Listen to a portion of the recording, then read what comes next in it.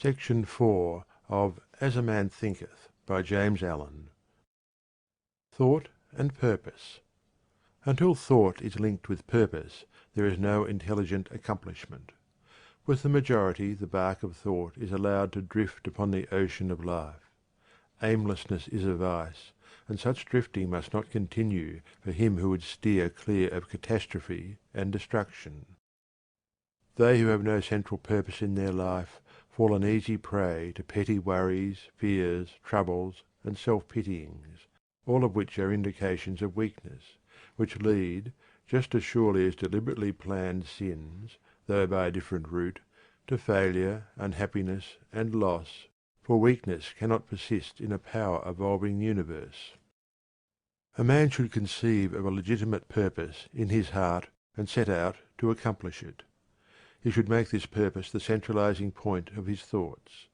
It may take the form of a spiritual ideal, or it may be a worldly object, according to his nature at the time being.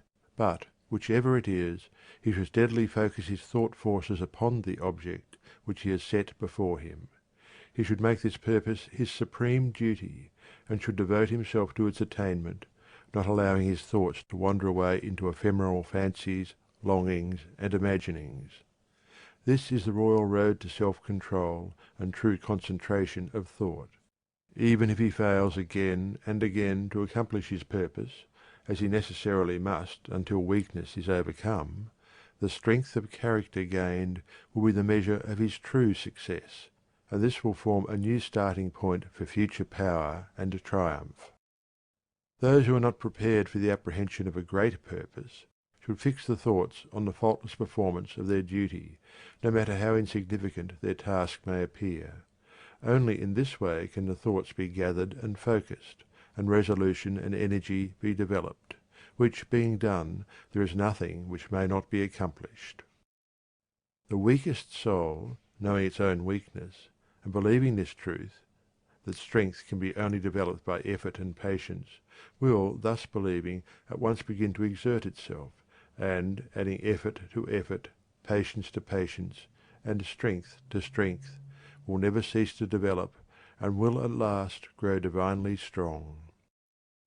As the physically weak man can make himself strong by careful and patient training, so the man of weak thoughts can make them strong by exercising himself in right thinking. To put away aimlessness and weakness, and to begin to think with purpose, is to enter the ranks of those strong ones who only recognize failure as one of the pathways to attainment, who make all conditions serve them, and who think strongly, attempt fearlessly, and accomplish masterfully. Having conceived of his purpose, a man should mentally mark out a straight pathway to its achievement, looking neither to the right nor the left. Doubts and fears should be rigorously excluded. They are disintegrating elements which break up the straight line of effort, rendering it crooked, ineffectual, useless. Thoughts of doubt and fear never accomplished anything, and never can. They always lead to failure.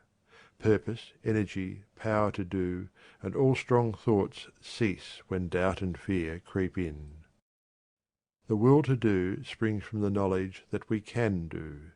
Doubt and fear are the great enemies of knowledge, and he who encourages them, who does not slay them, thwarts himself at every step. He who has conquered doubt and fear has conquered failure. His every thought is allied with power, and all difficulties are bravely met and wisely overcome.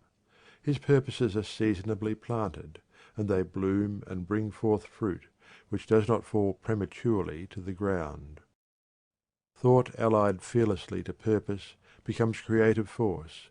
He who knows this is ready to become something higher and stronger than a mere bundle of wavering thoughts and fluctuating sensations.